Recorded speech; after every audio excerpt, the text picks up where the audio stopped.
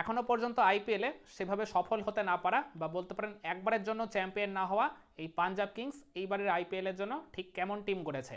Ricky Ponting আর শ্রেয়াস আয়ারের যুগলবন্দিতে এইবারের Punjab Kings টিমের batting শক্তি, bowling শক্তি, তাদের অলরাউন্ডারদের ভারসাম্য সব কিছু মিলিয়ে টিমের ব্যালেন্সটা ঠিক কতটা কার্যকরী হয়েছে, প্রতিপক্ষ দলগুলোর জন্য তারা ঠিক কতটা চ্যালেঞ্জ নিয়ে প্রস্তুত রয়েছে এইবারের আইপিএল আর কি গোটা টুর্নামেন্টের খেলার জন্য। চলুন সেই সব কিছু নিয়ে আজকের এই ভিডিও অ্যানালিসিস করা যাক। তো আমি এর আগেও একটা ভিডিওতে বলেছিলাম আপনাদের, হয়তো বা মনে আছে কিনা জানি না, যে পাঞ্জাব কিংসের এইবারের টিমটা আর কি তারা ওই জায়গায় 25 জন প্লেয়ারের কোটা পুরোপুরি কমপ্লিট করলেও তাদের টিমে কিন্তু যথেষ্ট আর কি অসঙ্গতি রয়েছে, যথেষ্ট আর কি ভারসাম্যের অভাব রয়েছে। তাদের ব্যাটিং ইউনিটটা বলতে গেলে মূলত পুরোটাই আর কি বিদেশিদের উপর নির্ভরশীল, যে কারণে তারা বিদেশি পেস বোলার ওই জায়গায় দুজনকে নিলেও মানে তাদেরকে একাদশে কতটা জায়গা দিতে পারবে সেই নিয়ে কিন্তু যথেষ্ট প্রশ্নচিহ্ন থেকেই যায় ওই মূলত টিম কম্বিনেশনের কারণে। তো ইন্ডিয়ান কোনো পরীক্ষিত ব্যাটারকে তারা সেভাবে স্কোয়াডে মানে নিতে না পারার জন্য মানে এই অসঙ্গতিটা তাদের স্কোয়াডে যথেষ্ট মানে প্রবলভাবে চোখে পড়ছে বলে আমার মনে হয়। একমাত্র শ্রেয়াস আয়ার আর প্রভ সিমরান সিং ছাড়া আর কি ইন্ডিয়ান মানে ব্যাটার মানে পরীক্ষিত ব্যাটার সেভাবে প্রায় কেউ নেই বললেই চলে, যে কারণে তাদেরকে ওই জায়গায় মূলত ডিপেন্ড করতে হবে Marcus Stoinis, Glenn Maxwell, Josh English বা আর কি বলতে পারেন মার্কো জ্যানসন, আজমাতুল্লাহ ওমরজাই এদের মতো আর কি তারকা ব্যাটারদের উপর। তো সবাইকে তো আবার একাদশে একসাথে জায়গা দেওয়া সম্ভব নয়। তো সব কিছু মিলিয়ে পাঞ্জাব কিংসকে তাদের সেরা একাদশ বাঁচতে গিয়ে কিন্তু যথেষ্ট আর কি বিড়ম্বনায় পড়তে হতে পারে। আর তাদের বোলিং ডিপার্টমেন্টটাও যে খুব স্ট্রং হয়েছে সেটাও কিন্তু কোনোভাবেই বলা যায় না। ইন্ডিয়ান বোলারদের মধ্যে ওই আশদীপ সিং আর ইউজবেন্দ্র চাহাল এই দুজন ছাড়া সেইভাবে বাকি যারা রয়েছে তারা কেউই একেবারে পরীক্ষিত নয়, একেবারেই বলতে গেলে আনকোড়া একটা আর কি গ্রুপের উপর তাদেরকে ভরসা করতে হবে। তো ওই জায়গায় আর কি মানে বিদেশি পেস বোলার থাকলেও আমি ওই যে বললাম টিম কম্বিনেশনের কারণে তারা একাদশে কতগুলো ম্যাচ সুযোগ পাবেন সেই নিয়ে কিন্তু প্রশ্নচিহ্ন থেকেই যায়। তো সব কিছু মিলিয়ে পাঞ্জাব কিংস টিমটার আমি মানে আর কি যথেষ্ট ব্যালেন্সের অভাব দেখতে পাচ্ছি, মানে ব্যাটিং বা বোলিং দুই ডিপার্টমেন্টেই।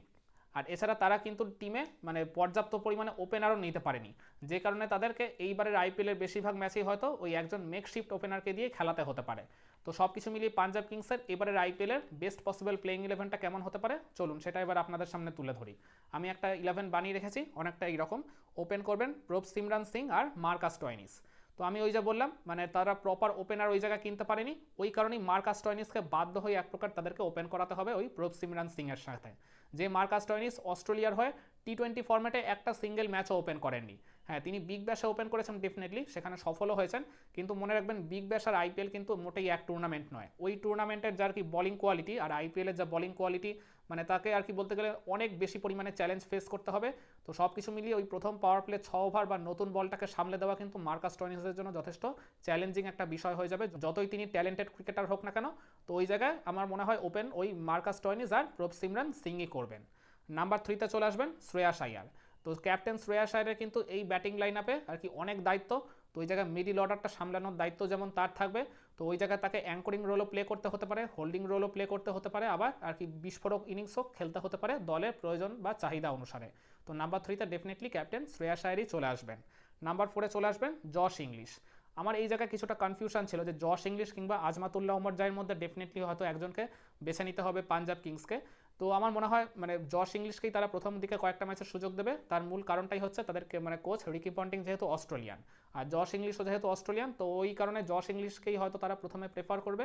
আর জশ ইংলিশ তো উইকেট কিপিংটাও করে দিতে পারেন। তো জশ ইংলিশ একাদশে না থাকলেও উইকেট কিপিং নিয়ে চিন্তার কোনো প্রয়োজন আছে বলে আমার মনে হয় না, কারণ প্রভ সিমরান সিং তো ওই জায়গায় উইকেট রক্ষার কাজটা তিনি করে দিতে পারবেন। তো আমার মনে হয় জশ ইংলিশই ডেফিনেটলি প্রথম দিকে সুযোগ পাবেন, তিনি ফেল করলে তখন আজমাতুল্লাহ ওমরজাই হয়তো অ্যাজ আ ব্যাটিং অলরাউন্ডার তিনি একাদশে সুযোগ পেয়ে যাবেন তার পরবর্তীতে। নাম্বার 5-এ চলে আসবেন গ্লেন ম্যাক্সওয়েল। গ্লেন ম্যাক্সওয়েলেরও একাদশে জায়গা পাওয়া নিয়ে কোনো প্রশ্ন উঠতে পারে না। অনেকদিন পর তার আবার পাঞ্জাব কিংসে কামব্যাক ঘটেছে, তো তার ব্যাটিংটা তো যথেষ্ট গুরুত্বপূর্ণ এই টিমের পয়েন্ট অফ ভিউ থেকে। আর এছাড়া মানে সাম্প্রতিক বেশ কয়েক বছর ধরে তার অফ স্পিন বোলিংটাও কিন্তু যথেষ্ট কার্যকরী হয়ে উঠছে, গুরুত্বপূর্ণ সময় এসে তিনি কিন্তু ব্রেক থ্রু দিয়ে যাওয়ার মতো ক্ষমতা রাখেন। তো সব কিছু মিলিয়ে গ্লেন ম্যাক্সওয়েল নাম্বার 5-এ ডেফিনেটলি চলে আসবেন। নাম্বার 6-এ চলে আসবেন শশাঙ্ক সিং।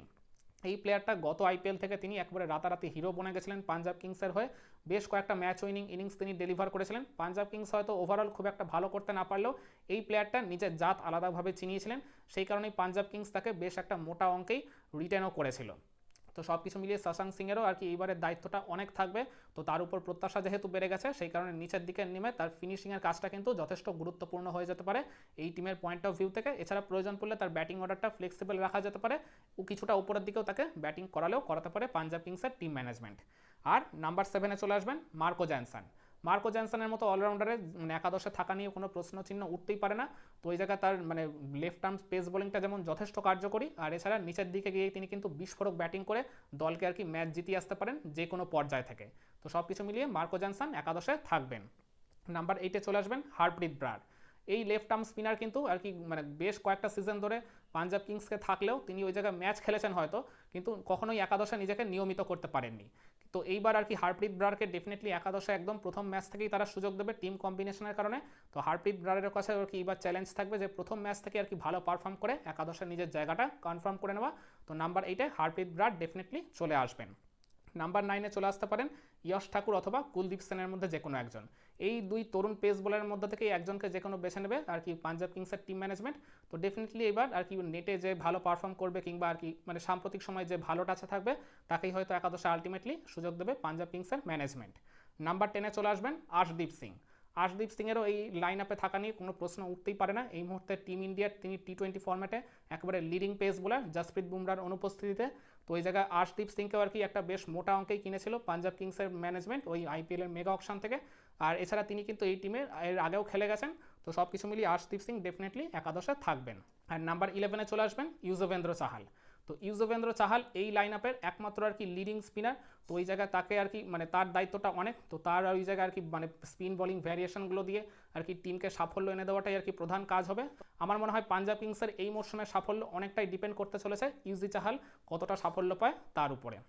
আর এই লাইন আপের ইম্প্যাক্ট সাব হিসেবে চলে আসতে পারেন ওই ইয়শ ঠাকুর অথবা কুলদীপ সেনের মধ্যে যে কোনো একজন। ওই মানে একাদশে যাকে আর কি সুযোগ দেবে তার বিপরীতজন ডেফিনেটলি ইম্প্যাক্ট সাব হিসেবে আর কি খেলাতে পারে পাঞ্জাব কিংসের ম্যানেজমেন্ট, অথবা ব্যাটারকে যদি খেলাতে হয় তাহলে নেহাল ওয়াধেরকে তারা চান্স দিতে পারে।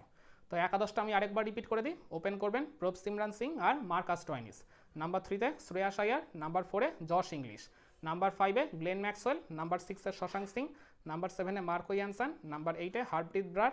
নাম্বার 9-এ ইয়শ ঠাকুর অথবা কুলদীপ সেন। নাম্বার 10-এ আর্শদীপ সিং। আর নাম্বার 11-এ ইউজবেন্দ্র চাহাল। আর ইম্প্যাক্ট সাব হিসেবে ওই জায়গায় চলে আসতে পারেন ওই কুলদীপ সেন অথবা ইয়শ ঠাকুরের মধ্যে যে কোনো একজন। একাদশে যিনি থাকবেন তার বিপরীতজনই হয়তো ডেফিনেটলি ইম্প্যাক্ট সাব হিসেবে আসবেন। আর তাকে তখনই ব্যবহার করা হবে যদি ওই পাঞ্জাব কিংস পরে বোলিং করার সুযোগ পায়, তখন একটা আর কি বোলিং অপশন ওই জায়গায় বাড়িয়ে নেওয়া হতে পারে। আর এছাড়া ব্যাটারদের মধ্যে থেকে যদি ইম্প্যাক্ট সাব হিসেবে খেলা হতে হয় তাহলে নেহাল ওয়াধেরকেই তারা খেলাবে বলে আমার মনে হয়। আমার মনে হয় এটাই পাঞ্জাব কিংসের এইবারের আইপিএল মরশুমের জন্য একেবারে বেস্ট পসিবল প্লেইং 11 হতে চলেছে ম্যাচ কন্ডিশন বা সিচুয়েশন ওয়াইজ। একমত হবেন আমার সাথে? আপনারাও কি মনে করেন এইটাই পাঞ্জাব কিংসের এইবারের আইপিএল সিজনের জন্য বেস্ট 11 হতে চলেছে? কমেন্ট করে আপনার মতামতটা জানাতে পারেন।